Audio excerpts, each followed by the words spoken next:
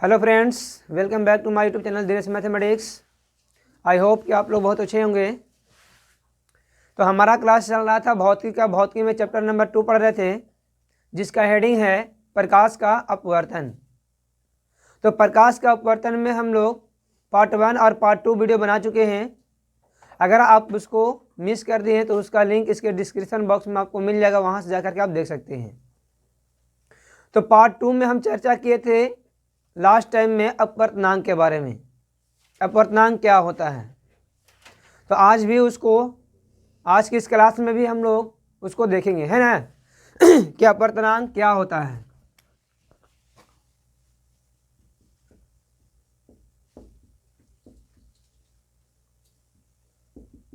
अपवर्तनांक है ना, अपवर्तनांक होता क्या है? शून्य में प्रकाश की चाल। शून्य कहने का मतलब होता है निर्वात। शून्य कहने का मतलब क्या होता है? निर्वात ना। तो शून्य में प्रकाश की चाल और दिए गए माध्यम में प्रकाश के चाल के अनुपात को उस माध्यम का अपवर्तनांक कहते हैं। सपोज कि हम बोले थे कि पानी का अपवर्तनांक ज्ञात कीजिए, पानी का अपवर्तनांक ज्ञात कीजिए। तो हमें सबसे पहले ये ज्ञात होना चाहिए कि शून्य में प्रकाश की चाल कितना होता है और पानी में प्रकाश की चाल कितना होता है। ये दोनों हम लोग को मालूम होना चाहिए। क्या होना चाहिए? मालूम होना चाहिए।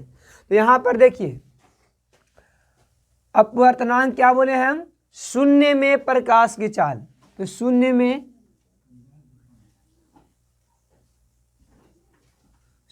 में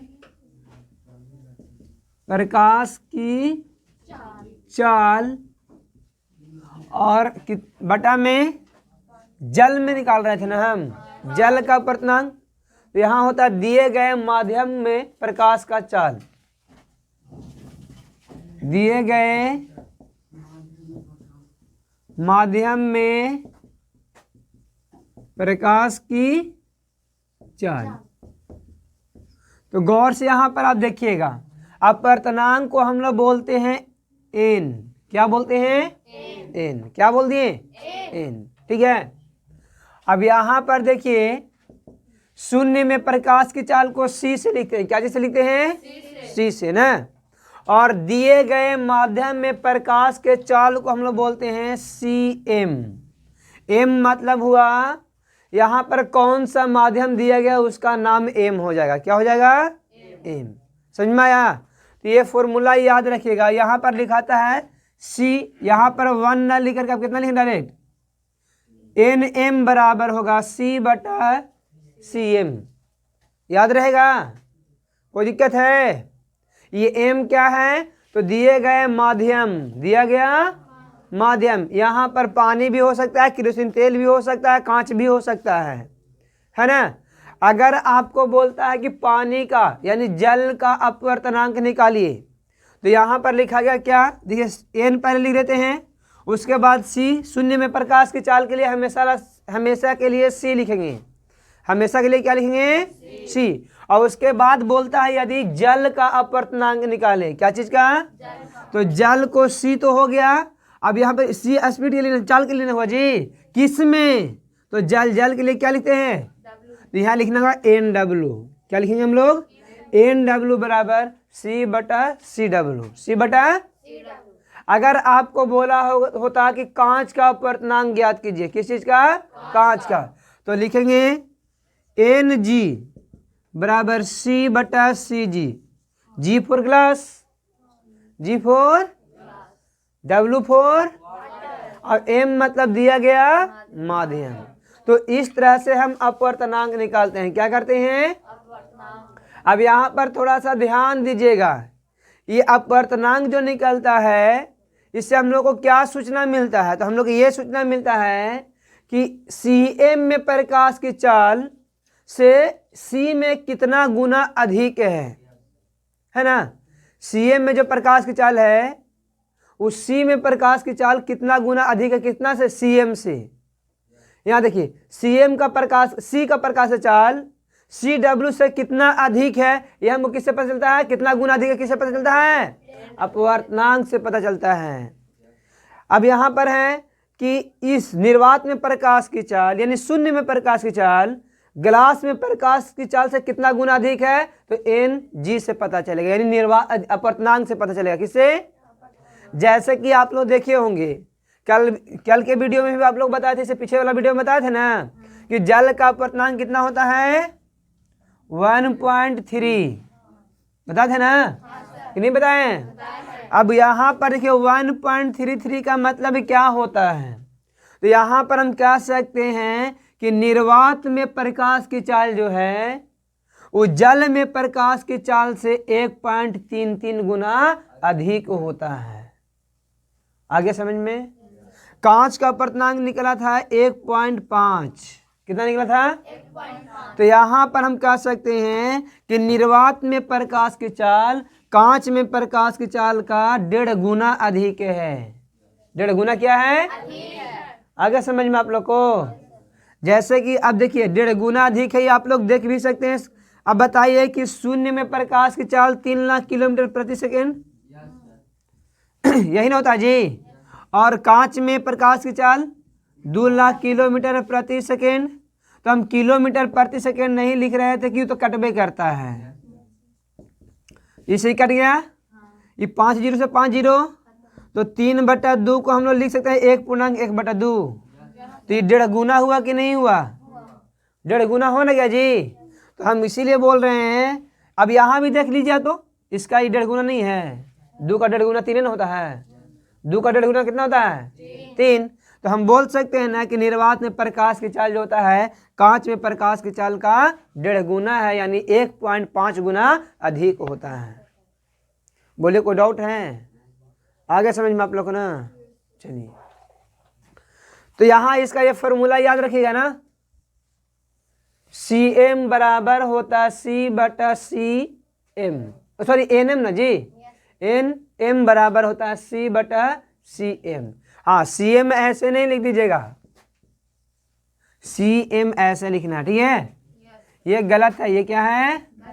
यहाँ पर रहेगा, ठीक है? कोई डाउट नहीं ना?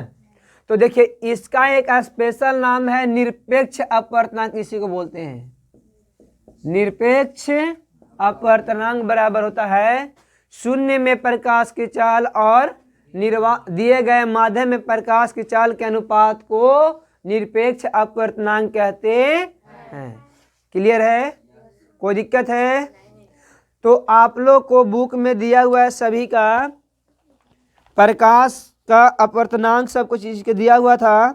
वायु का दिया हुआ है, पानी का दिया हुआ, केरोसिन तेल, एल्कोहल, तारपीन, कार्बन डाइसल्फाइड, बेंजीन और क्या पिघला क्वार्टर्स है ना। तो ये सब का बर्फ का दिया हुआ है, क्राउन कांच, फिंटल कांच, कैंडेला। तो ये सब को हम लोग क्या कीजिएगा, ये आप लोग थोड़ा सा इसको याद करने का प्रयास कीजिएगा। देख लीजिए दिया हुआ ना यहाँ पे, है ना? तो पेज नंबर देखिए 25 पे दिया हुआ, भारतीय भवन के बुक भौतिकी में देखिए पेज नंबर 25 पे दिया हुआ है तालिका 2.1 कुछ पदार्थों का अपवर्तनांक। कुछ पदार्थों का क्या है? अपवर्तनांक है। तो आप लोग याद कर लीजिएगा, है ना?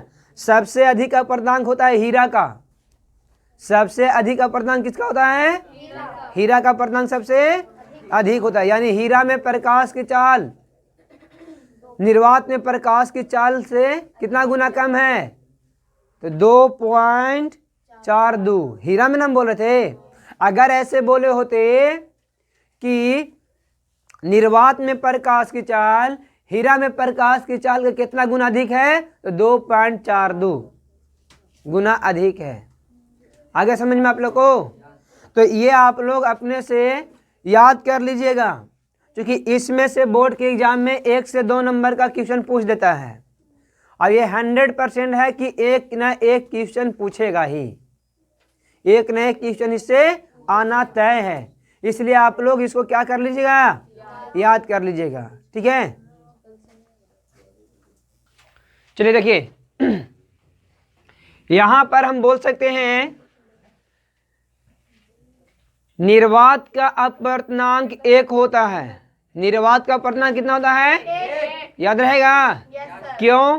क्योंकि शून्य में प्रकाश की चाल 3 लाख होता है किलोमीटर प्रति सेकेंड, और निर्वात में भी होता है 3 लाख किलोमीटर प्रति सेकेंड होता है। तो ये से खत्म, इसे खत्म, इसे ई खत्म, तो एक के बार में ना कटेगा जी। तो निर्वात का अपवर्तनांक कितना होता है? 1। यानी हम कह सकते हैं कि निर्वात में प्रकाश की चाल सबसे अधिक होता है कि नहीं होता है? सबसे अधिक किसमें प्रकाश की चाल होता है? अधिक निर्वात में। दूसरा है हीरा। दूसरा क्या है? हीरा। कौन है? तो हीरा का अपवर्तनांक कितना होता है? 2.42। याद रखिएगा, सबसे अधिक अपवर्तनांक हीरा का होता है। किसका होता है? हीरा का। तो हीरा में प्रकाश की चाल बहुत कम होता है। हीरा में प्रकाश की चाल बहुत क्या होता है? कम होता है। तो जिसमें प्रकाश की चाल जितना कम, उसका अपवर्तनांक उतना ही अधिक होता है। याद रहेगा, प्रकाश के चाल को कम करेंगे तो अपवर्तनांक बढ़ जाएगा। जैसे कि यहाँ देखिए ध्यान से आप, निर्वात में प्रकाश की चाल हम 1 बोलते हो, क्या है? इन दोनों के अपेक्षा में यहाँ पर क्या हो रहा है? अपवर्तनांक 1 है तो कम ना आ रहा है ऊपर वाला। तो निर्वात में अगर ये निकाला हुआ है कि किसी चीज में निकाला गया है, तो प्रकाश की चाल अधिक होता है कि नहीं होता है? उसके बाद चले आइए जल में। तो जल में प्रकाश की चाल हम बताए थे कितना? 2,25,000। तो इससे 3 लाख ना था जी।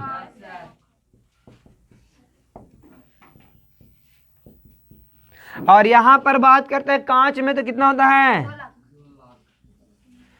2 लाख ना जी। तो यहां पर थोड़ा गौर कीजिए, तो सबसे इन तीनों में सबसे कम अपवर्तनांक निर्वात का है। इन तीनों में सबसे कम अपवर्तनांक किसका है?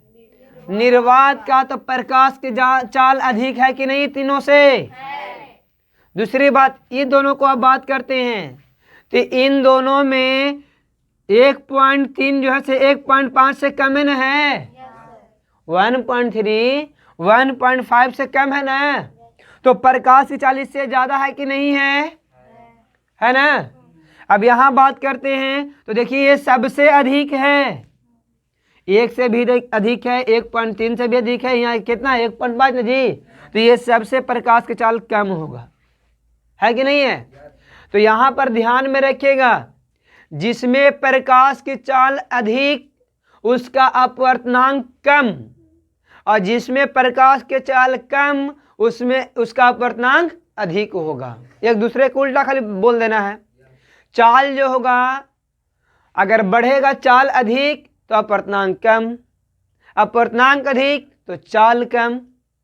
इस तरह से बोल दीजिएगा आप लोग, याद रहेगा ना कि नहीं रहेगा? चलो बहुत अच्छा है। आपको क्या ऐसा क्यों?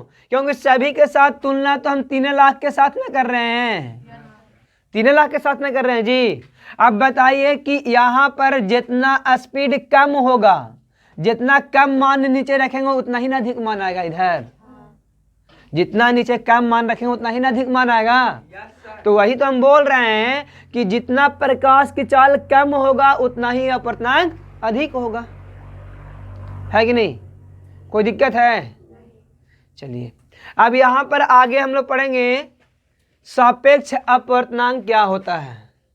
जैसे कि यहां पर आप तुलना कर रहे थे किसके साथ? प्रकाश की चाल शून्य में दिए गए माध्यम के, है ना? दिए गए माध्यम का हम लोग तुलना कर रहे थे शून्य में प्रकाश की चाल का। उसी तरह से यहाँ पर इसके साथ भी तो तुलना किया जा सकता है कि गिलास में यानी कांच में प्रकाश की चाल वाटर में प्रकाश की चाल से कितना गुना कम या कितना गुना अधिक है। इस तरह से भी हम तुलना कर सकते हैं ना, कि नहीं कर सकते हैं? कर सकते हैं। अगर कोई कहता है कि जल में प्रकाश की चाल गिलास में यानी कांच में प्रकाश की चाल से कितना गुना अधिक है, तो हम लोग ये दोनों का अनुपात निकालेंगे तब ना पता चलेगा। यहाँ पर क्या निकाले थे, शून्य में प्रकाश की चाल, दिए गए माध्यम प्रकाश की चाल के कितना गुना अधिक है, यही ना पता हो रहा था। तो उसी तरह से यहाँ लिखा जाएगा कि क्या लिखेंगे हम लोग कि जल में प्रकाश की चाल कांच में प्रकाश की चाल से कितना गुना अधिक है, तो इतना बटा इतना लिखाएगा, इतना बटा, तो उससे पता चल जाएगा। तो उसी को हम लोग बोलते हैं सापेक्ष अपवर्तनांक। यानी हम बोल सकते हैं दो माध्यमों के अपवर्तनांकों के अनुपात को, दो माध्यमों के अपवर्तनांकों के अनुपात को सापेक्ष अपवर्तनांक कहा जाता है। क्या बोलेंगे? अभी आप लोग को कुछ समझ में नहीं आएगा, जब उसको हम बताएंगे, उससे जब क्वेश्चन लगाएंगे तब आप लोग को समझ में आने लगेगा। फिलहाल इसको हम क्लीन करते हैं ना। देखिए यहाँ पे आपेक्षिक अपवर्तनांक क्या होता है ना, इसी को सापेक्ष अपवर्तनांक भी कहते हैं। आपेक्षिक अपवर्तनांक को क्या बोलते हैं? सापेक्ष अपवर्तनांक। तो यहाँ पर आप लोग को हम बोले थे अभी कि दो माध्यमों के अपवर्तनांकों के अनुपात को आपेक्षिक अपवर्तनांक कहते हैं। तो यहाँ पर आपेक्षिक अपवर्तनांक समझने का कोशिश कीजिए आप लोग। दो माध्यमों, क्या लिख रहे हैं यहाँ पे, दो माध्यमों के अपवर्तनांकों के अनुपात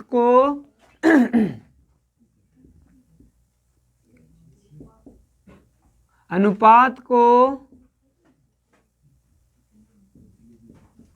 आपेक्षिक अपवर्तनांक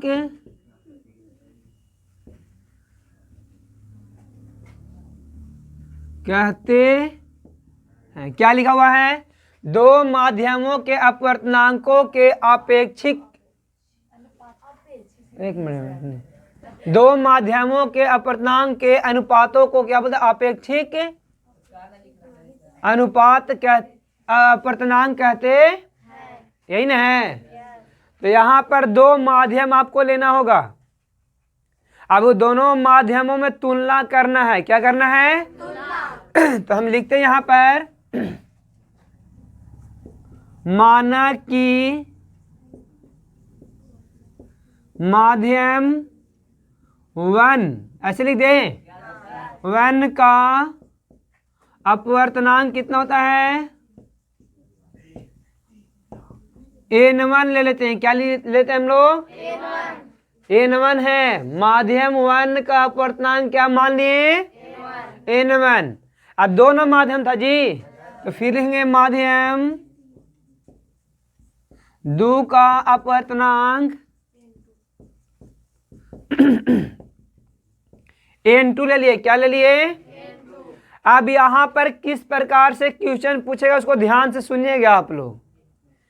यहाँ पर आप लोग से पूछा जा सकता है कि माध्यम 1 में प्रकाश के चाल माध्यम 2 के अपेक्ष कितना है, माध्यम 2 के अपेक्षिक कितना है, यानी कितना गुना अधिक है। तो किस में निकालना है हम लोग को? किस में? माध्यम 1 में निकालना है ना। क्या हम बोल रहे हैं, ध्यान से सुनिएगा। तो यहां लिखेंगे अपवर्तनांक के लिए आता है n ना, अपवर्तनांक के लिए क्या आता है? n। ठीक है, यहां पर फिर से सुनिए आप लोग।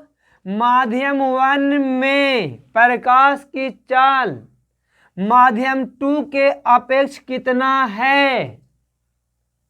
माध्यम 2 के अपेक्ष किस में? तो 1 में ना।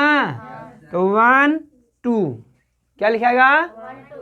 जिसको निकालना है वो आगे रहता है और जिसके सापेक्ष में निकालना है वो पीछे होता है। जैसे में आप लोग देखे थे वहां पे हम लिखे थे अपवर्तनांक में n m बराबर c बटा सी एम। तो यहाँ पर कुछ नहीं तो 1 लिख सकते हैं ना, है ना। तो 1 में निकाल रहे थे, इसके अपेक्षा में कितना गुना अधिक है, यही नहीं निकाल रहे थे। तो उसी तरह तो यहाँ भी हम बोल रहे हैं कि माध्यम 1 में प्रकाश का अपवर्तनांक यानी माध्यम 1 का अपवर्तनांक माध्यम 2 के सापेक्ष कितना है, तो हम लोग लिखेंगे 1 2। 1 2 कहने का मतलब क्या, पहले लिखा 1 और उसके बाद लिखाएगा 2। क्या लिखेगा?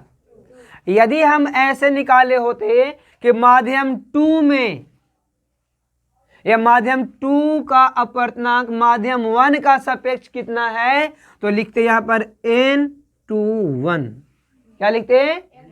तो यहाँ लिखा था n2 बटा n1। कोई दिक्कत है? याद रखिएगा आप लोग, इसको याद रखना। जिसको निकालना है वो पहले, वो क्या होता है, और जिसके सापेक्ष निकालना होता है बाद में। तो 1 वाला के यहाँ लिख दिया, 2 वाला यहाँ लिखा गया। अब यहाँ लिखना तो 2 वाला पहले है, तो पहले वाला में निकालना है किसके अपेक्ष, 1 के अपेक्ष। आ गया समझ में? कोई दिक्कत है? अब अगर ये दोनों का गुना किया जाए तो 1 होगा। इन दोनों का गुना किया जाए तो कितना होगा? चलिए पहले इतना का स्क्रीनशॉट लीजिए आप लोग। यहाँ फिर से समझने की कोशिश कीजिए आप लोग। इसको में आप लोग को सस्पेंस नहीं रखना है, बिल्कुल क्लियर बनाना है ना। तो चलिए देखिए आप लोग, एक बार फिर से यहाँ बता रहे हैं, देखिए लिख लीजिएगा यहाँ पे नोट में, जहाँ लिखेंगे n1 का यानी माध्यम 1 का अपवर्तनांक माध्यम 2 के सापेक्ष ना, माध्यम 1 का अपवर्तनांक माध्यम 2 के सापेक्ष। अपवर्तनांक में देखिए ये वाला हो गया माध्यम 2 का सापेक्ष अपवर्तनांक। इसके लिए कौन आएगा, तो आएगा n12 बराबर n1 upon n2, n1 upon n2। ये क्या है, तो माध्यम 1 का अपवर्तनांक माध्यम 2 के सापेक्ष अपवर्तनांक कितना होगा, ये निकालने के लिए आ जाएगा। कोई दिक्कत? उसके बाद यहां देखिए, तो उसको हम लोग इस प्रकार से लिख देंगे, लेकिन यहां दूसरा लिखा हुआ देखिए ध्यान से, n21। n क्या लिखा गया है, तो यहां लिखेंगे जहां माध्यम 2 का अपवर्तनांक माध्यम 1 के सापेक्ष अपवर्तनांक।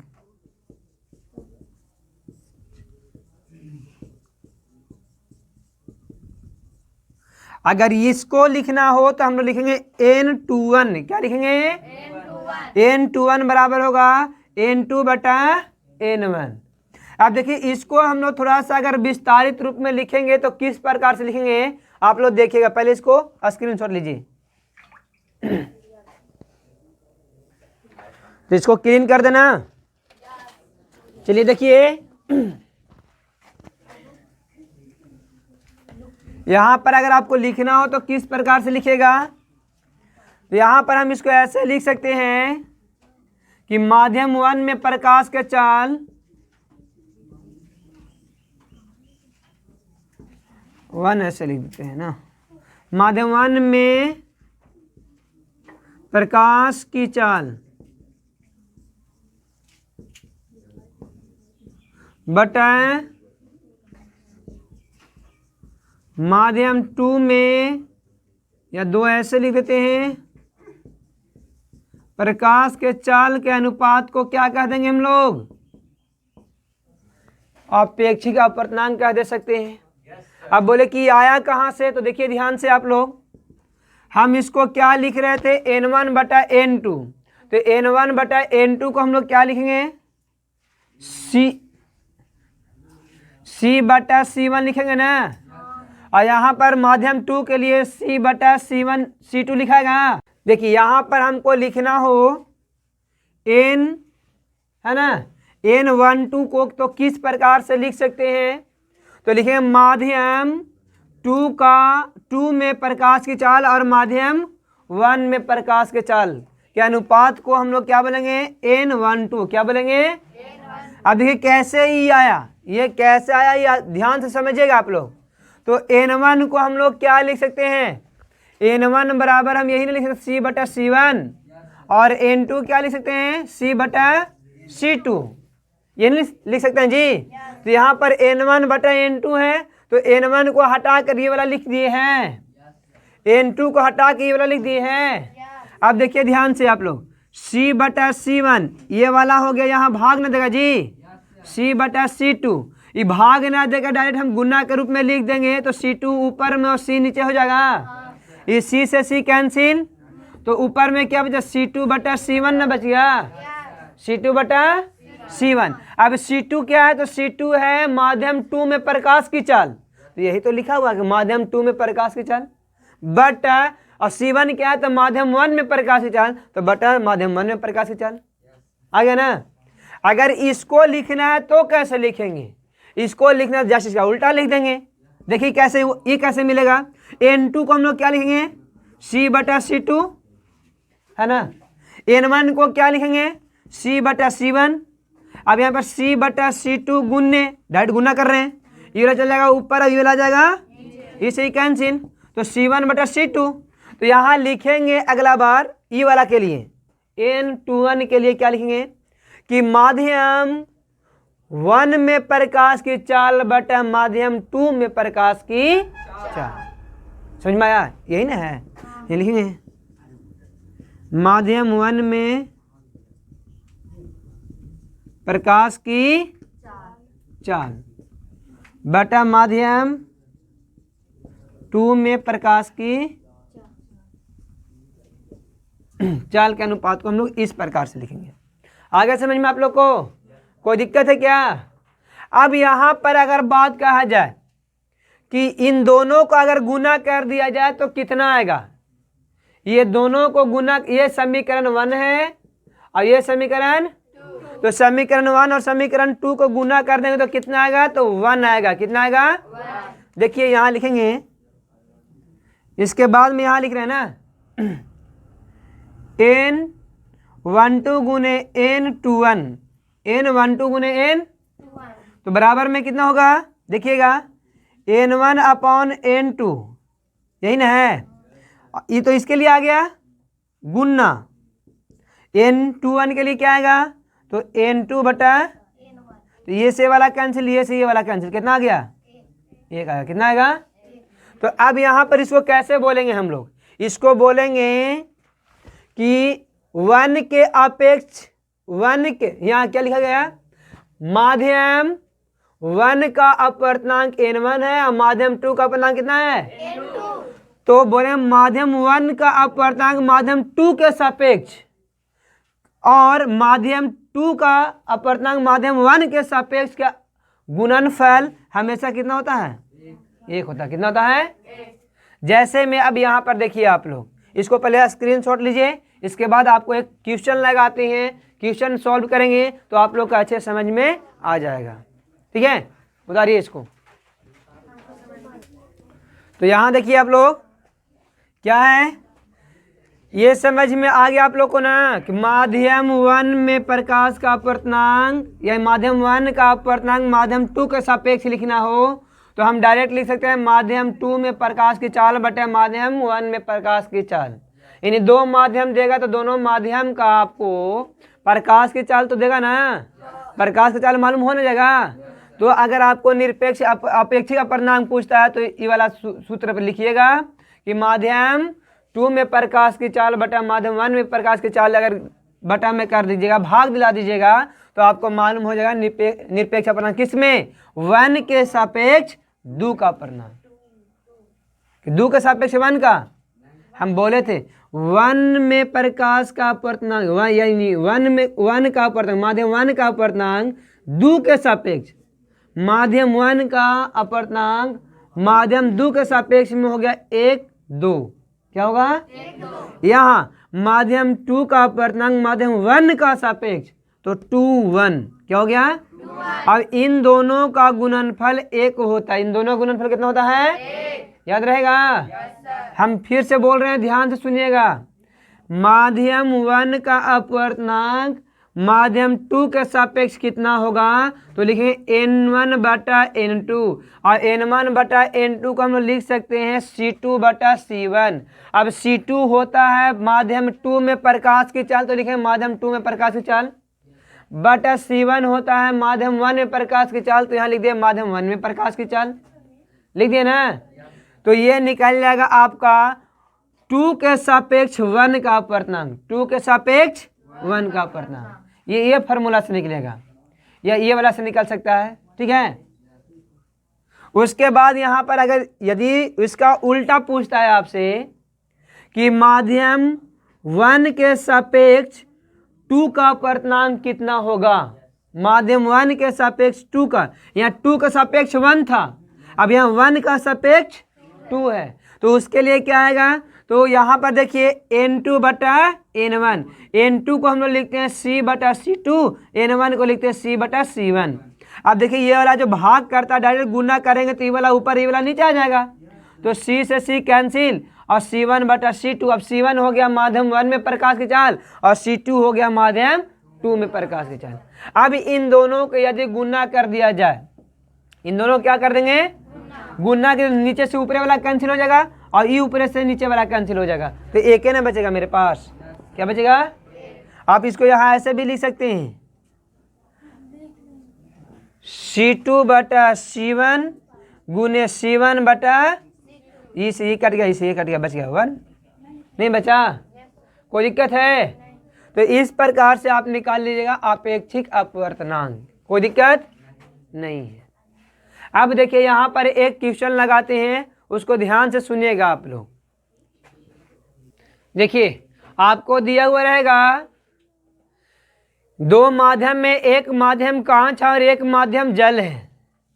एक माध्यम को हम लोग कांच लेते हैं, एक माध्यम जल लेते हैं, और इन दोनों को आपेक्षिक अपवर्तनांक निकालना है, तो कैसे निकालेंगे, है ना? तो कहेगा कि कांच का अपवर्तनांक, कांच का अपवर्तनांक जल के अपवर्तनांक का कितना गुना अधिक है। आगे समझ में? यानी बोल सकता है जल में प्रकाश की चाल कांच में प्रकाश की चाल से कितना गुना अधिक है, यही ना? तो आप लोग क्या कीजिएगा, कांच और क्या है? जल है। कांच का अपवर्तनांक बताए थे 1.5, जल का बताए थे 1.3, यही ना बताया था जी कि नहीं? अब इन दोनों को निकालना है हम लोग को आपेक्षिक अपवर्तनांक, तो कांच के अपेक्षा में निकालेंगे जल का, कांच के सापेक्ष में जल का अपवर्तनांक क्या होगा? तो C जल का निकालना है, तो जल के लिए W पहले, है ना, और कांच के लिए G बाद में। तो यहाँ क्या लिखाएगा? यहाँ लिखाएगा, ओ सॉरी C लिख दिए, N होगा जी, N होगा, तो यहाँ लिखा है CW बटा CG। अगर आपको निकालना होता गिलास में किसकी अपेक्षा? वाटर के सापेक्ष, वाटर के, तो लिखाएगा यहाँ पर CG बटा CW। अब चलिए यहाँ पर देखिए, इसको क्या लिख सकते हैं हम लोग, बताइए कि जल में प्रकाश की चाल कितना होता है? जल में प्रकाश की चाल होता है 2,25,000 किलोमीटर प्रति सेकेंड, और इसमें कितना होता है? गिलास में